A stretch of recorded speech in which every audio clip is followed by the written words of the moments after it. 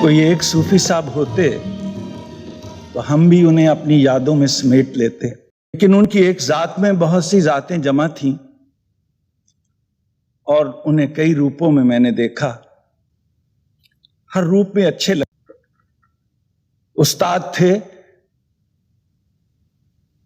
لیکن میں نے نہ ان سے اردو پڑھی نہ فارسی، اور اس کے باوجود انہیں اپنا استاد سمجھا بھی، مانا بھی، اور آج بھی سمجھتا ہوں کہ میری زندگی کے کئی موڑوں پر انہوں نے میری رہنمائی۔ میں نے تو انہیں مجلس اقبال کے حوالے سے، راوی کے نگران کے حوالے سے، ایک شاعر کے حوالے سے اور ایک انسان کے حوالے سے دیکھا تھا،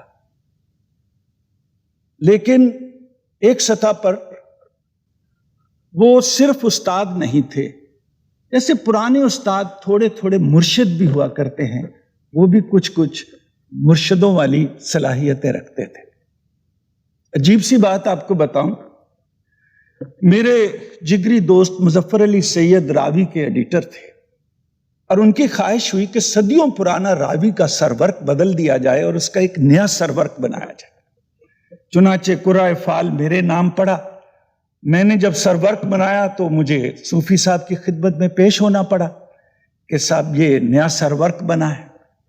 صوفی صاحب نے پسند کیا، راوی کا سرورق بدل گیا، اور اس واقفیت کا ہم دونوں نے یہ فائدہ اٹھایا کہ لاہور میں رہتے ہوئے میں نے ان کی اجازت سے نیو ہاسٹل میں داخلہ لے لیا۔ حالانکہ لاہور میں رہنے والے لڑکوں کا یہ حق بھی نہیں ہوتا اور انہیں ملتا بھی نہیں، لیکن صوفی صاحب تھے اور میں نے راوی کا سرورق بنایا تھا۔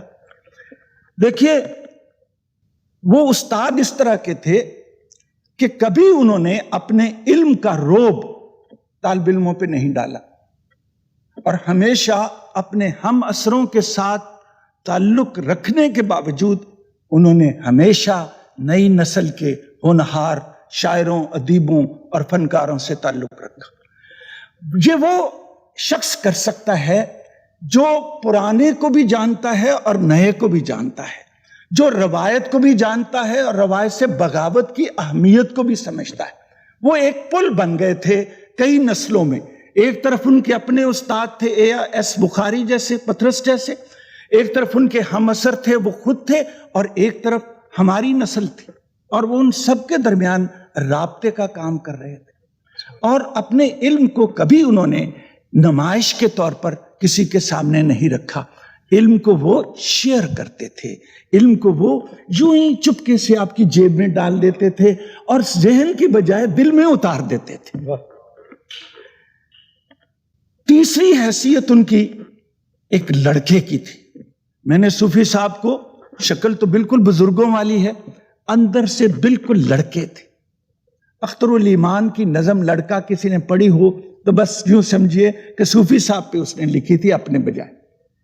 یہ جو فوزیہ نے کہا کہ 70 سال کی عمر میں اپنی ماں سے 4 سال کے بچے جیسا پیار کرتے تھے، اسی نے انہیں ٹوٹ بٹوٹ اور جھولنے لکھنے کا راستہ دکھایا۔ ایسا شخص ہی یہ نظمیں لکھ سکتا تھا جو اس وقت جب وہ 70 سال کے بھی ہو چکے تھے، اپنے اندر وہ بچہ ہی تھا۔ تو صورت یہ ہے کہ ان کا کمال یہ ہے، میرے جگری دوست ناصر کاظمی کا ایک مصرع ہے، گلی گلی میری یاد بچھی ہے، پیارے رستہ دیکھ کے چل۔ یہ کیفیت صوفی صاحب کی بھی ہے کہ گلی گلی ان کی یاد بچھی، لوگوں کے شعروں کے اندر صوفی صاحب بھی موجود ہے۔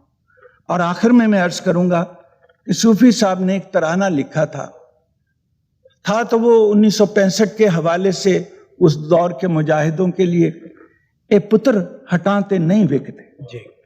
میں صوفی صاحب کے بارے میں کہنا چاہتا ہوں کہ اے پتر بھی ہٹاتے نہیں وکتے۔ ان کو خریدنے کے لیے بھی دل دینا پڑتا ہے۔ بہت بہت